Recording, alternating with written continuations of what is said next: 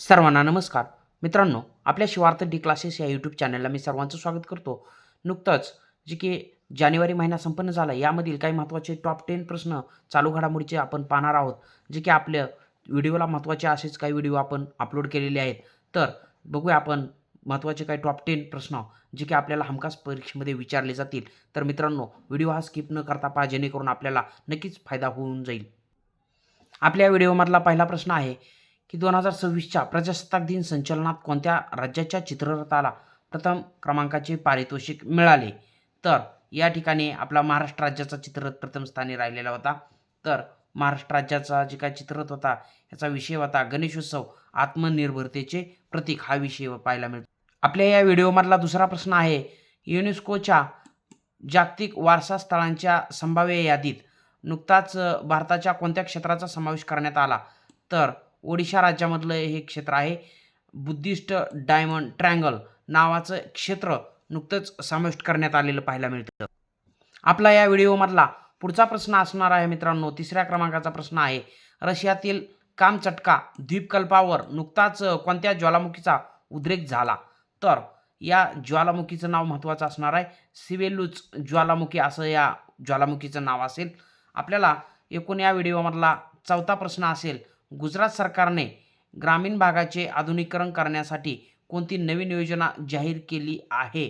तर या योजनेचं नाव आहे मुख्यमंत्री ग्रामोत्थान योजना. या नावानं ही योजना आपल्याला या ठिकाणी लक्षात घ्यायची आहे. तर महत्त्वाची योजना असेल ही. आपल्या व्हिडिओमधला पुढचा प्रश्न असेल 5व्या क्रमांकाचा. UIDAIने आधार कार्ड संबंधित माहिती सोपी करण्यासाठी कोणत्या नवीन मॅस्कॉटचे अनावरण केले आहे? तर त्या मॅस्कॉटचं नाव आहे उदय. IMP प्रश्न असणार आहे सुद्धा मित्रांनो. आपल्या व्हिडिओमधला पुढचा प्रश्न असणार आहे, जागतिक आरोग्य संघटनेतून म्हणजेच वर्ल्ड हेल्थ ऑर्गनायझेशन मधून अधिकृतपणे बाहेर पडणारा जो की देश ठरलेला आहे तो कोणता? तर जानेवारी 2026 मध्ये अमेरिका या देशानं हूमधून बाहेर पडण्याचं जे काय बघा एक अधिकृत औपचारिक एक महत्त्वाचं प्रक्रिया पार पडलेली पाहायला मिळते आपल्याला. तर आपल्या व्हिडिओमधला पुढचा प्रश्न असेल मित्रांनो, व्यावसायिक स्तरावर बायो बिटुमेन उत्पादन करणारा जगातला पहिला देश कोणता ठरला? तर या प्रश्नाचं योग्य उत्तर आपला भारत. मित्रांनो, प्रश्न खूप महत्त्वाचा आहे, आपल्याला विचारला जाऊ शकतो परीक्षेमध्ये. आपल्या व्हिडिओमधला 8व्या क्रमांकाचा प्रश्न असणार आहे, ऑस्ट्रेलियन ओपन टेनिस स्पर्धा 2026 महिला एकेरीचं विजेतेपद कोणी पटकावले? तर या प्रश्नाचं योग्य उत्तर असेल Elena Rybakina. Elena Rybakina Kazakhstan या देशाची ही महिला टेनिस खेळाडू असणार आहे.